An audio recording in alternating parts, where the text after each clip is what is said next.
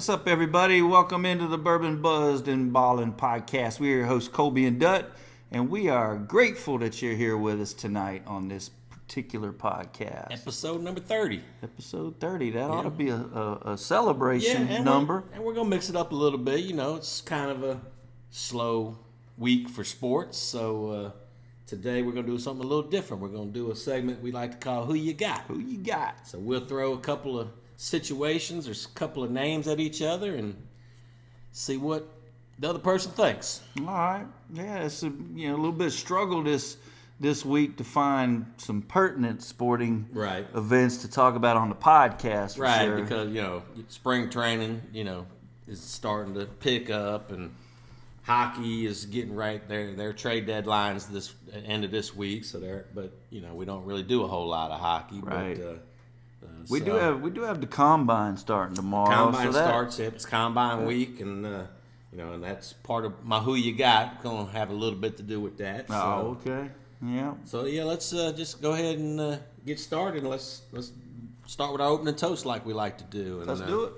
I'll let you kick off the opening toast because I know you got a good close to home story to tell everybody. Yeah, I'm gonna open and toast one of my poker buddies. So I play in a poker group every Tuesday night, and one of my buddies there, Ronnie Sewell, is actually in the final. He made the final table today at the WSOP in Cherokee. Okay. And he's actually in the final three. They've played down to 3 out of 1,700 and some change. So he's down to the final 3, man. That's impressive. He's a good poker player, but he's a hell of a good dude. Now, do you know what all he'll get out of that? Is there a bracelet on the line? Oh yeah. He definitely. There's a WSOP bracelet. Of course, there's money. Obviously.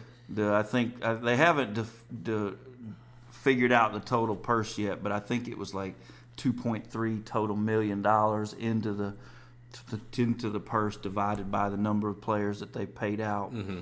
So he looks to probably profit a little over. $200? Nah, probably more like 400,000 really? To the winner. Yeah. I meant. Yeah, no. In his current position. In his current, so number 4 went out here just a few minutes ago, which I guess you didn't give what his current position was. I guess I knew because you told me before we started filming, but he's currently in 3rd. No, he's currently in 2nd. Oh, okay. He's 2nd in chips. Oh, yeah. okay. He's been 1st for like the last hour or so, but they've been kind of trading back and forth, and you can get these live updates on the WSOP website. Right. So right now he stands at 2nd, and I think the number 4 guy went out just a little bit ago, and he netted $139,000. Okay. So nice. $1,700 buy-in. So anyway, we're excited. We got a group of about 25 or so guys that play pretty regular on Tuesday, and he's actually the host. Oh, okay. He's the host of our poker group, and I'm tickled pink for him, man, because he's a good dude, and that sounds awesome. He's a good poker player. Does it have any implications on the big event in Vegas? No, there's no seat involved, but he does get a seat, I believe, in the Champions event for the WSOP. Okay. Champions event, and I'm not sure where that's being held. I've never made it that far to even consider it. I've played in the main event twice, and had a pretty nice day of it, and that was about it. It's pretty tough poker, to be honest with you. He's survived 3 days now. That's impressive. Yeah, he's a good player, man. He's got some pretty good career earnings. All right, well, come on, Ronnie, we're pulling for you. Yeah. All right, well, my opening toast is going to go to A.J. McCarron. A.J. McCarron. He took a pay cut. We're talking about Ronnie winning some money. Well, A.J. left some money on the table. All right. So he went from a $4 million backup NFL quarterback job to a starting quarterback job in the XFL paying about $60,000. So he loves the sport so much and wanted to play. He wasn't just trying to draw as big a paycheck as he can. And he's got a 6-year-old son who has really been into watching YouTube videos of dad playing back in the day. So he wanted his son to be able to go to the games and watch his dad play. So he took this big pay cut to leave the NFL as a backup quarterback and go where he could play and contribute. And he's doing well. He plays for the St. Louis Battlehawks, right, who are 2-0, both coming on last minute, come from behind victories. So, I just kind of a feel good story. And AJ's got the talent to be, he was right on the cusp of a starting position in the NFL, but he just and then he blew out his ACL. ACL. He just can't stay healthy. He's a 2-time national champion, runner-up Heisman Trophy. So, he never had those wow skills. Right. But I think he's got a place back in the NFL as a high quality backup. Oh yeah. You know? And I'm sure if he decides after this little stint in the XFL, if he wants to, absolutely, if he wants to go to training camp and see what happens, I'm sure there'll be an opportunity for him. But yeah, I think I still thought, like I said, it's kind of a feel good story because he wanted his 6-year-old son to, who's now starting to get into sports on his own, playing baseball and football and stuff like that. So yeah, it was. So I'm gonna toast AJ. So yeah, AJ and Ronnie. Cheers, gentlemen. Especially Ronnie, man. Come on now. Come on, Ronnie. Yeah, we want to be able to brag and say, hey, we know a World Series of Poker champion. Oh, he's got a ring. Oh, he's already got one? Yeah. Oh, you told me that before. Yeah, he's got one. So, and his brother who passed away last year, I think Tony had a couple of rings. Okay. So he comes from a long line of poker players. Poker family, man. Good poker players. I got you. All right. Well, what you sipping on tonight? I'm on the Irish whiskey tonight. You back on that? Yeah, a little Tullamore Dew. Tullamore Dew. It's actually pretty good, man. It was finished off in a rum cast. Mm-hmm. And got a little sweet taste to it. Yeah, it's got good flavor for an Irish whiskey. I thought I would change it up a little bit from a normal bourbon thing. I think it's 86 proof. Okay. So it's a smooth drinker. I got the Rabbit Hole Cave Hill. Okay. I went back and looked. I thought we had already rated that, but we haven't yet. So we'll have to get that on the list one of these days. But it's a 95 proof, and it's right in the wheelhouse. Yeah, it's one I really enjoy. So they've got about 3 or 4 different of the Rabbit Holes, and the Cave Hill, which is the Kentucky straight bourbon. That's the one I enjoy the best, and they're about $50. I think they run for about $50 at the ABC store. Yeah, this one's $28. $28. It's not bad for for $28. Well, and you mentioned $28, and on last week's episode we talked about probably doing a Buffalo Trace today. But of course, for your birthday this weekend, we went and visited the Southern Distilling Company. That's right. And for people that follow us on TikTok, I'm sure they saw some of the video that we shot, and so I thought it was appropriate. I brought back their bottled and bond, so I thought it'd be appropriate to do that today instead of the Buffalo Trace. So we're going to do the bottled and bond from the Southern Distilling Company, Paragon line, the Paragon series. Yep. All right, well, let's jump into our scumbags of the week. Scumbags. I'll jump in there first. I'm gonna put Bama basketball back on notice, man. They've been catching a lot of hell the last couple weeks. It's a little embarrassing. It's not the headlines we want, considering how great Bama basketball has been over the past few NATO years, for sure, and especially this year's team. But one of the things with Brandon Miller, is his pregame pat down, that's a bad look, It is. And he did the pregame pat down, I think maybe unbeknownst, just not thinking. Right. And and that's one thing in the young man's defense is he has done it all season, and probably in high school too. This probably isn't something that a lot of people just jumped on the timing of it and thought that he was kind of lashing out against some of the other stuff, right. but it had nothing to do with that. But it was in poor taste. Yeah, I mean, I'm thinking our PR department That's should have what, probably jumped in and said, "Hey, the boys, let's." I think it's, and I'm glad you say the PR department, because I think it's more on them than it is the basketball team. The basketball team's just out there doing their thing. You know how superstitious athletes are. They want to, if that's his pregame routine, he wants to do that. I'm assuming. I just know how superstitious a lot of athletes are. Sure. But Nate Oates did come out and say, yeah, that's because right. Nate said he didn't even know about it. And I tend to believe him, because I know how into the preparation Nate is. And right up until tip-off, he's reading his analytical charts. He's talking to his assistants. So he probably doesn't even pay attention to what these kids are doing during their pregame introduction. But like you said, somebody from the Alabama PR department, the athletic department, I've seen Coach Saban and the AD Burn on the sideline. Right. They probably have seen it and should have. And I didn't, we don't ever get to see that particular as a fan unless you're at the game and you get to see it. So, I mean, it's obviously made a lot of the press over the past few days. So, I'm a little embarrassed by it. Poor taste. Yeah, it's a bad look. Timing is bad. It's a bad look. They shouldn't have stopped it when it came out that the gun was in his car. They should have stopped it after the LSU game. Right. When the whole situation erupted. At that point, they should have said, no more. It's a bad look. Yeah, that's right. Yeah, I expect more out of Alabama, and it's just, we gotta.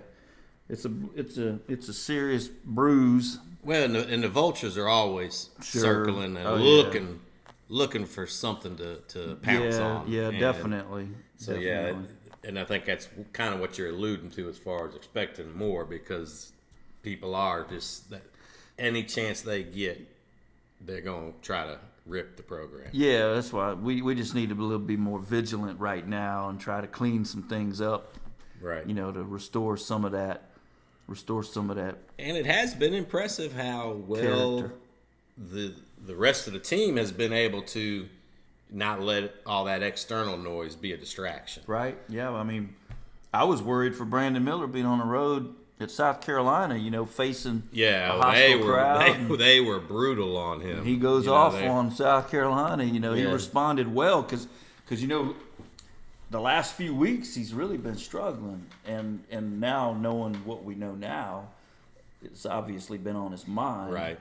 He might even be a little relieved that it has come out. Yeah, so exactly. now he doesn't have to worry about it as much anymore. But right. Yeah, it's just a terrible situation all around. It should have never happened in the first place. People need to put a higher value on human life. Absolutely. I mean, people are just too quick to pull a gun and start pulling the trigger. It's crazy. Yeah. All right, well, my scumbag of the week, now I want to say this is a repeat scumbag for me, is Mr. Daniel Snyder, the owner of the Washington Commanders. And right now, a lot of the other NFL owners think he's just messing around and isn't really not really going to sell the team. Yeah, because allegedly he's blocked Bezos from being able to bid on the team. He originally was asking $6 billion. I was about to say $6 billion. We scrape together. Really, $6 billion. Reach out to a few which, people. For reference purposes, the Broncos just sold for 4.65, and he was asking $6 billion. But now, reportedly, the asking price has gone up to $7 billion. Well, he got a $6.3 billion offer from Josh Harris, who owns the Philadelphia 76ers. Forbes has set the valuation at $5.6 billion. So he's had, and guess how much he paid for it? The franchise. Like what? 300 million? 750 million. So okay. 750 million back in, I think it was 1999. Was it? I can't remember. I didn't jot that down, but he's looking at an 800% return on his investment. Oh yeah.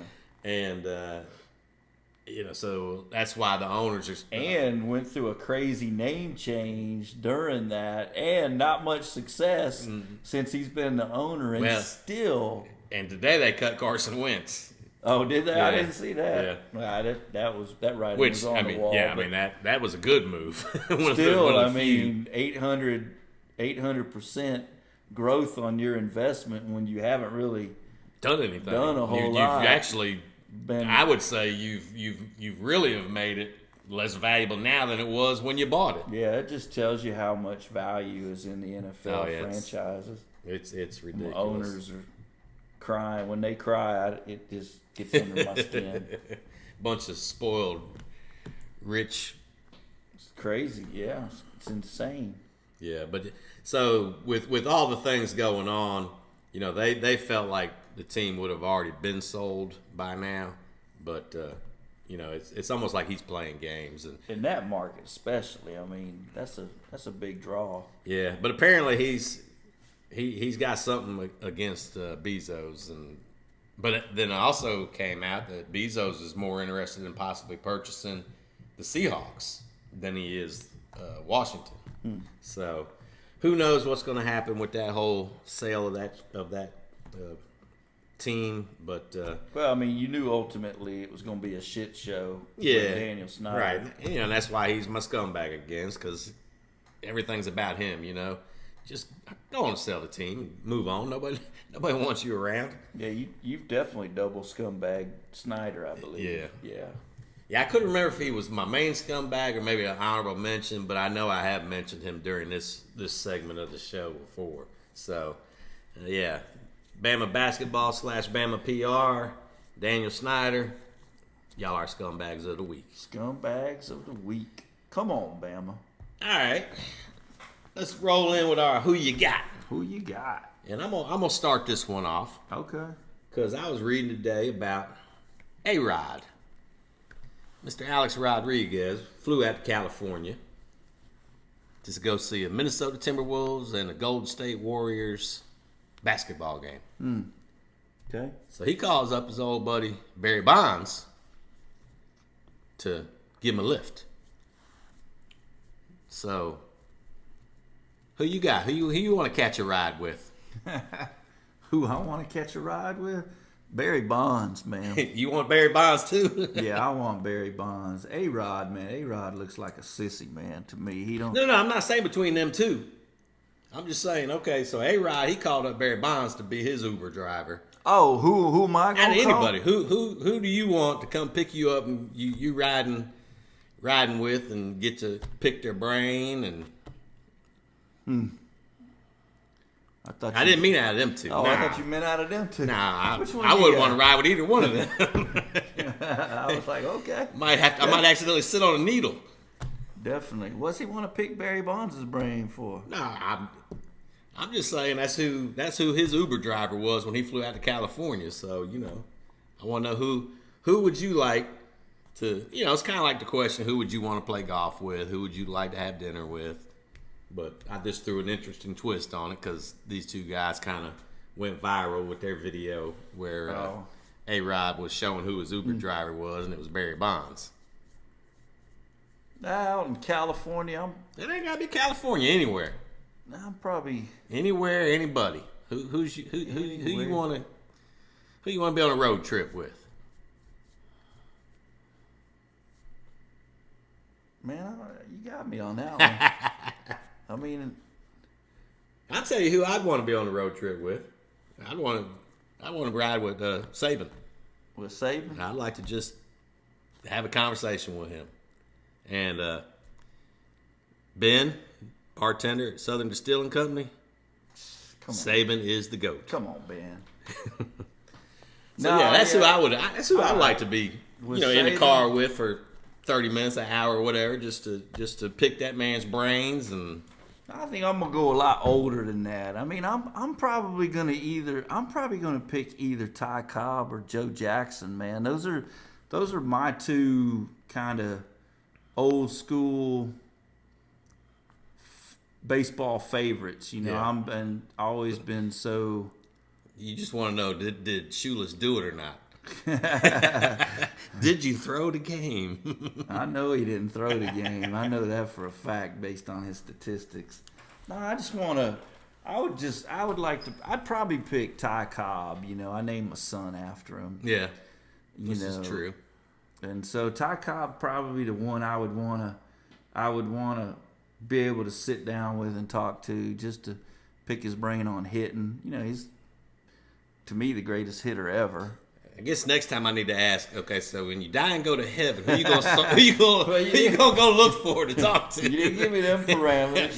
You're right. I didn't say they got to be living. I thought I had to choose between A-Rod and Barry, and it was definitely going to be Barry because I think A-Rod wouldn't drive fast enough for me. See, that's how you know we don't prepare before we come on the air. Ty Cobb for me, man. All right, throw one at me. All right. Well, I don't think I was as creative as you were. Well, it was my idea, so I already had certain of these questions in mind. All right. So, well, mine are going to be a little bit more different, straightforward now. Okay. So this is going to be 2 quarterbacks. I want to know who you want quarterback in your team. Okay. Phil Simms or Eli Manning? Are we playing the Patriots? If we're playing the Patriots, it's a no-brainer. I got Eli. Ooh. That's a tough one because, The Giants, neither one of them could just put a team on their back and carry them. Phil maybe a little bit more could than Eli could. Yeah, they're really kind of similar quarterbacks. They are. Phil's a Super Bowl MVP. Eli's a 2-time Super Bowl MVP. Eli, he would make them clutch play. I might have to go with Eli. Just from the fact that he does have those 2 victories over Tom Brady. He didn't have much to work with. Phil at least had a hell of a defense. Well, now Eli had a pretty good defense too. Now that I think about it, but and then Phil could have been a 2-time Super Bowl. But Phil he got McConkey, baby. But Phil got Bavaro. Bavaro. But he got hurt that second Super Bowl that Hostetler won. Mm-hmm. And if Phil could have had that one, that would make it even tougher. Whew, that's a tough question. That's a good one. Now, that's a tough question. I mean, because like you said, they are very comparable. They are comparable into what they were able to accomplish, and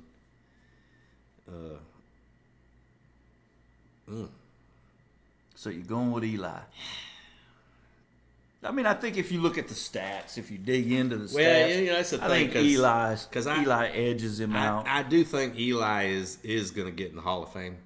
Yeah, and Phil's not. So that's kind of why I'm leaning. And is Eli being judged a little more harshly because of that name? Probably. Is that that's kind of a knock? Brother. Yeah, a little knock on Eli in terms of his overall numbers and accomplishments. But if you look at his numbers, I mean, he's up there with a lot of accomplished quarterbacks that are mentioned. So yeah, I'll stick with Eli. All right. Let's see. The NFL teams are pushing to make roughing the passer a challengeable penalty. Who you got? The teams or the refs? So you want to side with the teams and say it should be challengeable? 100%. Or you going to stand by that wonderful refereeing that we got going on in all sports today? 100% siding with challenging that. Yeah. That call. That was almost a gimmick. Maybe I should have started with that question. Yeah, that's easily that has affected the game. But you know what? Too much this past season. My fear though is still that they're not going to overturn some of the ones that really should be overturned. I think it's still going to be only the blatantly bad ones are going to be overturned. I think those ones that are still in that gray area. I think they're still going to... Man, I think ultimately they're going to have to come back to a consensus that quarterbacks cannot be completely protected. Wrapped in bubble wrap? Bubble wrap. I mean, you're just going to... At some point, you're going to have to let football win the discussion. I mean, they're football players. Yes, they're quarterbacks. Yes, that's the number one position. Yes, that's the most important positioned to the owners, and it's the owners' team, but still yet quarterbacks are football players, and part of the game, there's an inherent level of violence with the game, and so I think I 100% side with the players on that. I agree with you. How in the hell are you gonna get? Let's just say, for example, Jonathan Allen, Washington Commanders, 6'4", 293 pounds. Yeah. Runs like a 4.6. Well, he came out running like a 4.6, Right. 4.7. How are you going to ask that man running at full speed, maybe off balance a little bit because he's getting chipped? Right. Grabs a quarterback, turns him in midair. How's he going to not land on top of a quarterback? You're asking gravity to not take place. And that also goes to, they're saying his playing career is Nothing. If he gets hurt trying to avoid a penalty on the quarterback, oh well, that's just a casualty of football. But we got to protect the quarterback at all costs. Right. So there's an inherent level of violence that the game that quarterbacks are going to have to experience. I mean, it's just part of it. Yep. Okay. All right. Throw me another one. All right. So again, I didn't have a lot of time to prepare, so all mine are along the same lines. That's fine. Comparing players. All right, who you It'll got? stimulate conversation. Ken Griffey Jr. Okay. or Willie Mays? Or Willie Mays. As far as what? Just who do I want to start with? As far as defense goes, who would you want in your center field to defend the outfield? I don't believe you could go wrong with either one. You and can't. I didn't really get to see much Willie Mays, so it's hard. I got to go on more of just I know it's highlights kind of a tough I've question seen. because I know I'm a You're more the baseball historian type dude, but I'm gonna have to probably go with Willie Mays because I think he did it a little bit longer, and I think he had a little bit more range. I could be wrong, but yeah, he really wrong about the range thing. I think because I think when Junior was young, yeah, but I think Junior he kind of blew up size wise as he got older, and I think that took away from some of his longevity, his longevity and his range, and I think that's why I would go with Willie Mays because I think he was able to do it at that high level longer. Okay, I mean I can live like you said. Yeah, I mean there's no wrong answer with them two. My only thing is Junior made the over the head basket catch look normal. Yeah, Willie was the first to do it though. Yeah, I mean Junior made it look routine, right? But Willie did do it in the polo grounds with a deep 440-foot center field. I get it. I mean, and I too did not get to. I mean, I would love to be able to go back in time and see that man in person. Yeah, and I think statistically, the Gold Gloves and all the accolades. I think Willie would have him if you put it head to head. If you compared it head to head, they're pretty neck and neck in all those categories. Yeah, but I think Willie, like I said, because I think he was able to do it a little bit longer, so he was able to win a few more of the honors. And that one's a tough discussion for me too because Griffey's one of your favorites, one of my all-time faves for sure. Yeah. Growing up with him. All right, yeah, it seems like a lot of mine are geared towards the NFL. But okay, so the Jets have been tied to Aaron Rodgers, Derek Carr, or even heard today Geno Smith. Who you got?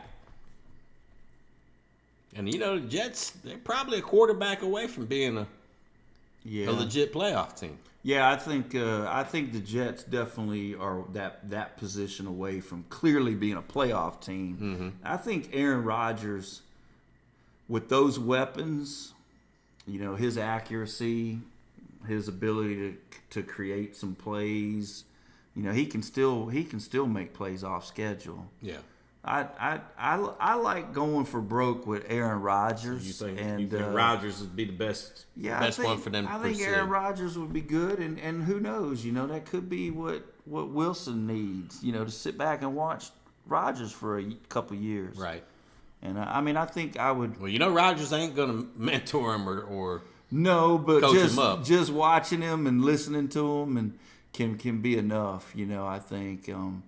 I think Geno's more of a. I don't want to say a one-hit wonder. Right. Well, I mean, the Jets had Geno. Yeah, that's true. That's true. He was on that roster. Carr, I'm not so sold on David Carr. Derek Carr. Derek. I always call him David. Yeah. I get those two mixed up. One was a bust, one's not. Well, I don't really see. I think David Carr would have been the better quarterback, but he was more talented. he but got so gun shy. Well, he got thrown to the wolves because he in was such sacked like 70 times. So situation. he's looking at the rush instead. I mean, the Texans ruined his career. All right, so you got Rodgers going to the Jets. Where do you think the other two end up? I've been thinking a little bit. I think Geno's going to end up back in Seattle. That's what I think. And I think Carr's got a good chance to end up in Tampa, maybe New Orleans. But I mean, I'm gonna lean toward NFC South for sure. Right. But I'm gonna lean towards the Bucks on Carr. I could see that being a pretty good fit. So you heard it here. Dut's got Rodgers going to the Jets, Carr going to the Bucks, and Geno going to the Hawks. Geno staying put. All right. Shoot. All right, here's a basketball one. This is a good one, I think. This is comparable players in terms of height, game, sort of game. Nah, they're pretty comparable. Who you got? You want KD, Kevin Durant, or you want the Bird, Larry Bird? Larry Bird. This is to start a franchise. Yeah, this gonna be your forward, man. Growing up, I was a Julius Erving fan, so Larry Bird was always my nemesis. I think Larry Bird was everybody's nemesis, unless you were a true Celtic fan. But I will say this about Larry Bird: he had no vertical leap, but that man could do it all. I got to go with Bird because, Durant, he's a silky smooth shooter. That's about all he does. You're going to get everything with Larry Bird. You're going to get passing. You're going to get dirty play. You're going to get rebounding. You're going to get steals. The defense. The magic defense. Yeah, I mean, Bird is going to stick his nose in there, and he's going to grind, and you're going to get everything with Larry Bird. So I'm going to take Bird over KD. And, I'm a KD fan in terms of today's player. But, I mean, the older I've gotten, the more appreciative of Larry Bird's total game I've gotten. Yeah. And I watched a lot of highlights of Bird this weekend. Yeah, just randomly. He's that guy that, because he's against you, you hated him, but you still had to respect his talent. Because that man, I mean, he looked so non-athletic, and like I said, I think he could jump about 6-8 inches off the ground.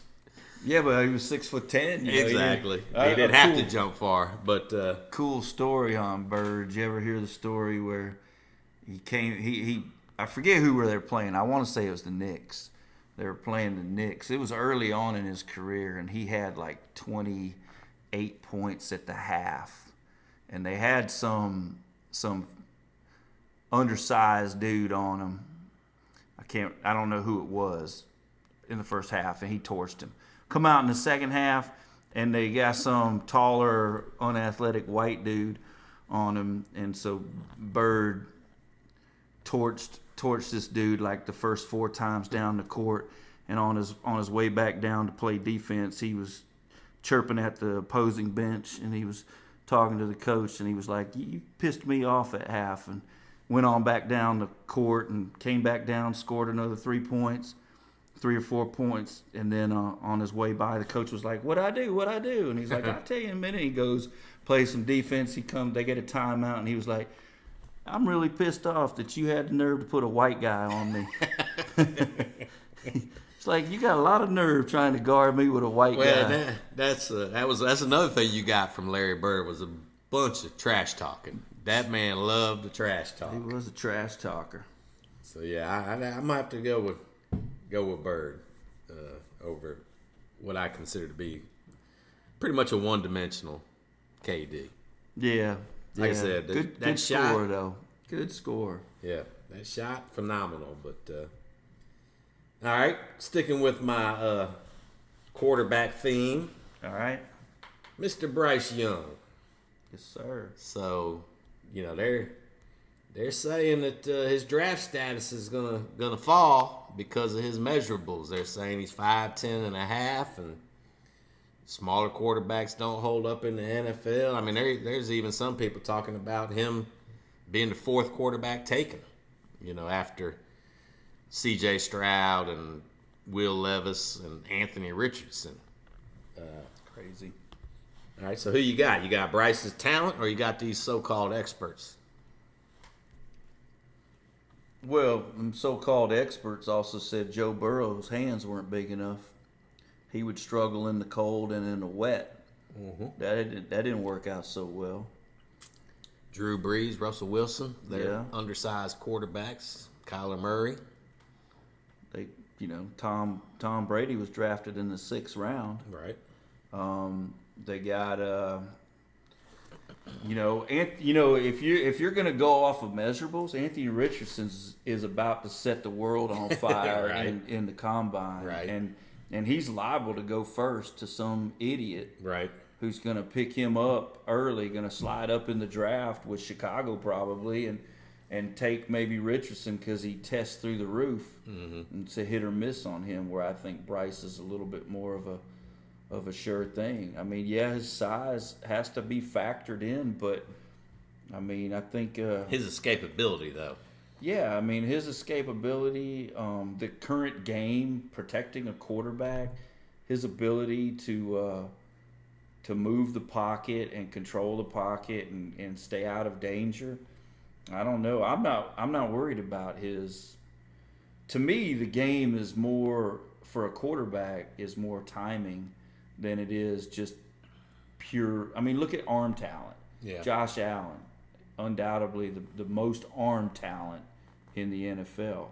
He's fallen somewhere around 4th or 5th right now in terms of ranking because, there's immeasurables. There's, throwing on timing. There's reading defenses, throwing to the right guy. Sometimes that arm talent gets you in trouble. Because you think you can make every throw and you make some throws you shouldn't, and they're picked off.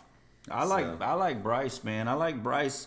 I like Bryce's. I like his overall game. I like the film that Bryce has put out there with arguably, the weakest receiving core we've had at Alabama last year. Yeah. And he still put up some good numbers. So I like Bryce. I mean, I think you're making a mistake. I think if Bryce falls to the teens, somebody's going to pick him up. I actually think D'Amico Ryans is sitting there at number 2, hoping that Bryce doesn't go number 1. With that Alabama tie. Yeah.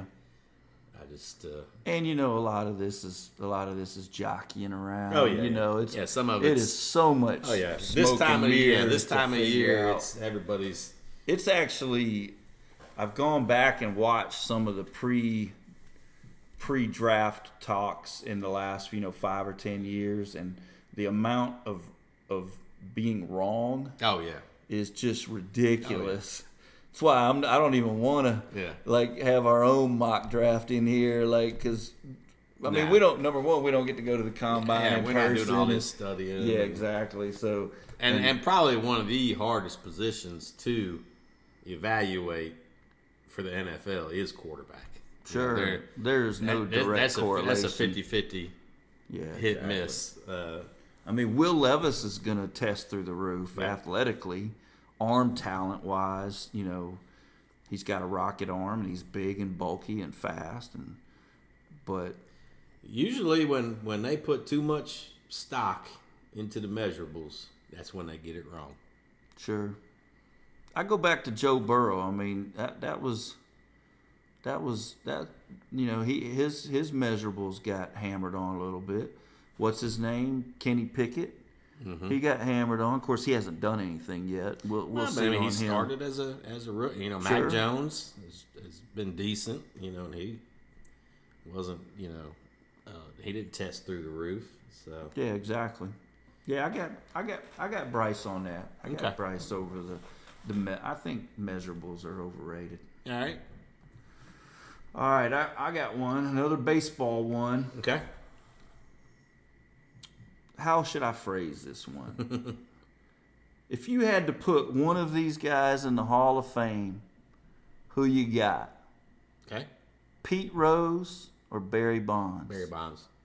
I believe Barry Bonds should be in the Hall of Fame, regardless of the steroids or not steroids. I mean, this guy, he was dominating the league before he started taking steroids.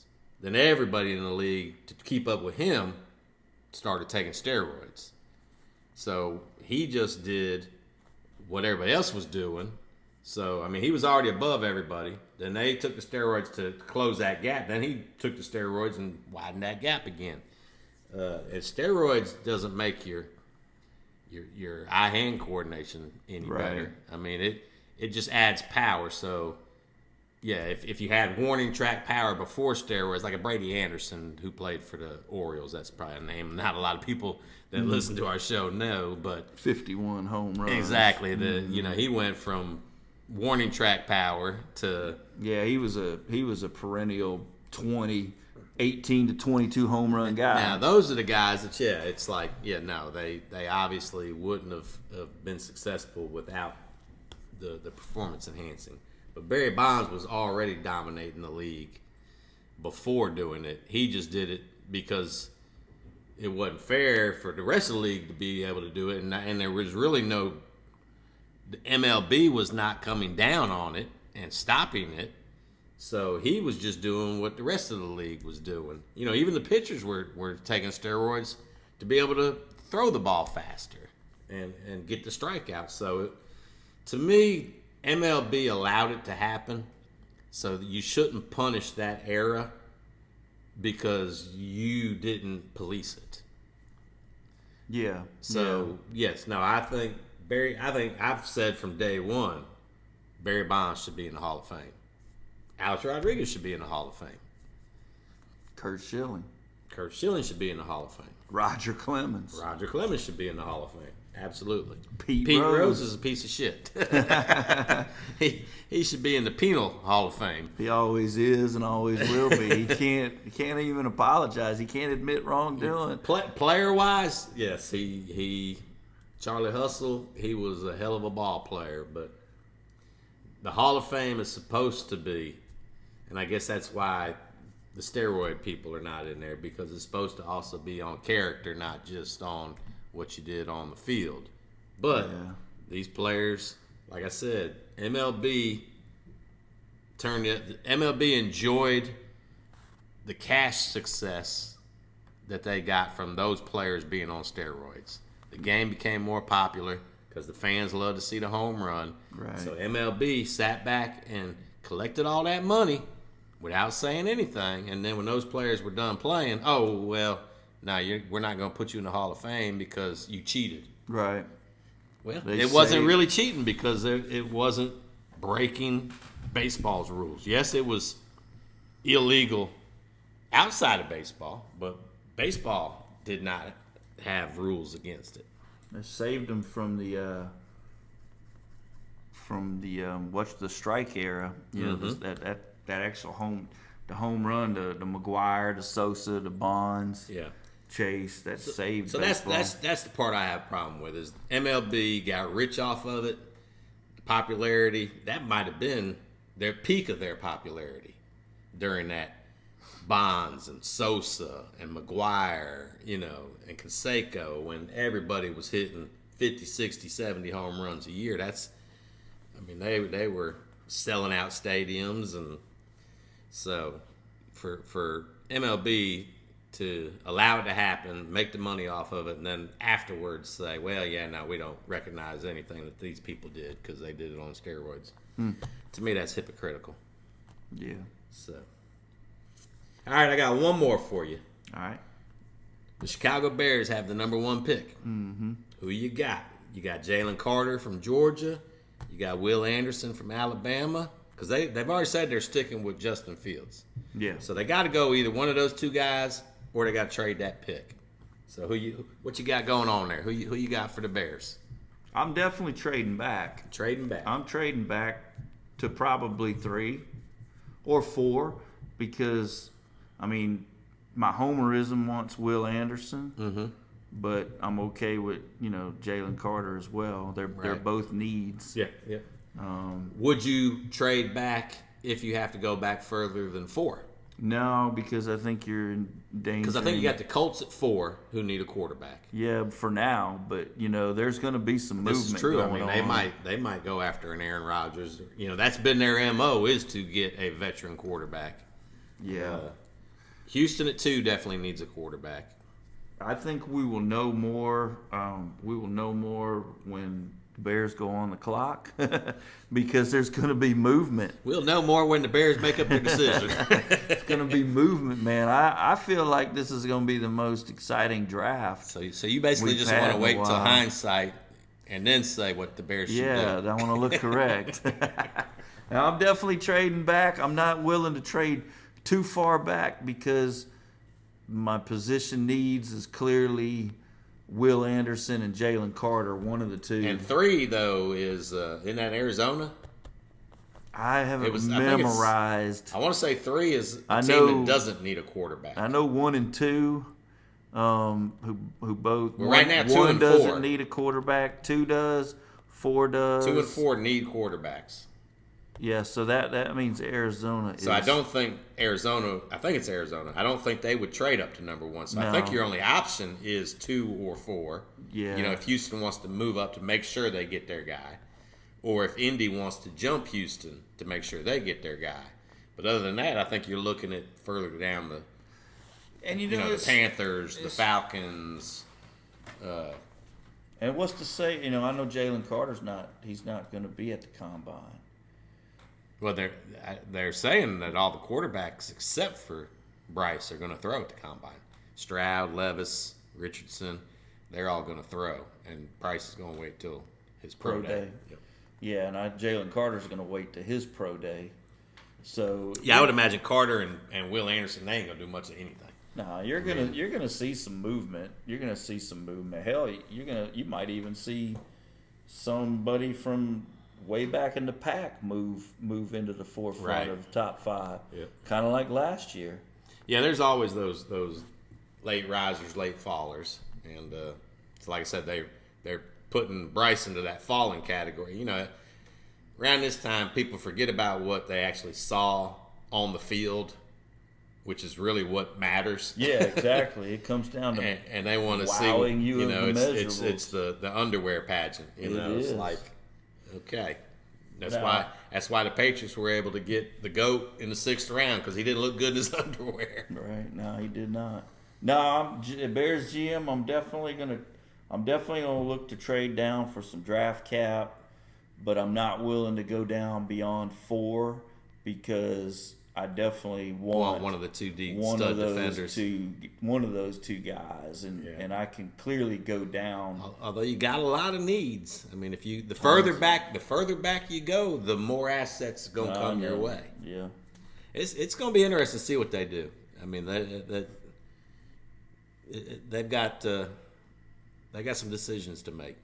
But you got a couple of generational talents. Do you want one of them, or do you want 5 people that contribute, or do you want one that's generational that, may wind up being a bust or getting hurt, and it's hard to say. It's a tough one. It's hard to say if he's going to be generational. Yep. All right, you got any more for me? Yeah, I got one last one. Okay. We just talking about him right now. What's that? It's a Bama question. Okay. So who you got? You got Will Anderson or Cornelius Bennett? You saw them both play. You saw one play in person. I've been hit by one of them. Right. All right. What are you asking? Which one do I think is the better? Which one do you think is the best Bama guy? I think Will Anderson. Cornelius, he was a hell of an outside linebacker. But see, I wouldn't even put. I'd put Derek Thomas ahead. I eliminated Derek Thomas because I thought that was a pretty much to me that's a no-brainer. Yeah. I think DT goes down as the greatest defender of all time. Yeah. I like Will over Cornelius. I do. I think Will's a special talent. Yeah. You know, he didn't quite finish with the sacks, but the game has kind of changed. You know, you don't have the quarterback sitting back there. True. And they're not pocket passers. But if you look at his pressures, right, and take pressures into account, which can turn into rushed incomplete passes, interceptions, these types of things. I think people put too much stock into total number of sacks, and there's more to rushing the passer than that. And the double teams, I mean, if you're taking up 2 and 3 blockers and allowing your teammates free run, to make the plays, exactly so I mean, there's a lot more that goes into it. And I think for those reasons, I'm out. A little Shark Tank. Watching way too much Shark Tank. For those reasons, I'm out. No, for those reasons, I think Will Anderson is a special talent, and I would take him over Cornelius. Good question, though. I like that question. Yeah, they're both all-time Alabama I may greats. still have a mark on my neck for where Cornelius hit me with that arm. Biscuit. All right. Well, we probably need to wrap this part of the show up, unless there was anything that you just had your heart set on talking about. No. Like I said, it was kind of a boring week. Yeah, it was kind of a slow week. I mean, there was a few things going on, but I mean, I thought we'd go off the grid a little bit. Yeah, that's good. I like doing some of these. We have to do another Dis or Respect coming up soon. And last week we talked a little bit about the upcoming, the bracketology. Mm-hmm. I think we still got 2 games left in the regular season. Yeah, the regular season ends this weekend. Yeah. So then we'll maybe next week we can talk about conference tournaments. So we'll get into the NCAA tournament a little bit more next week. Maybe talk a little more free agency. Yeah. NFL free agency, a little bit of movements. Yeah, because that's still a little. Yeah, we're still early for a little ways out, but we can talk about who's out there and who might be worth getting. Okay, well that sounds good. Well, let's like I said, I've got that Ballin Bond from Southern Star Paragon series. So let's go over there and taste that, and then we'll rate that shit. See you at the bar. Yep. Cheers.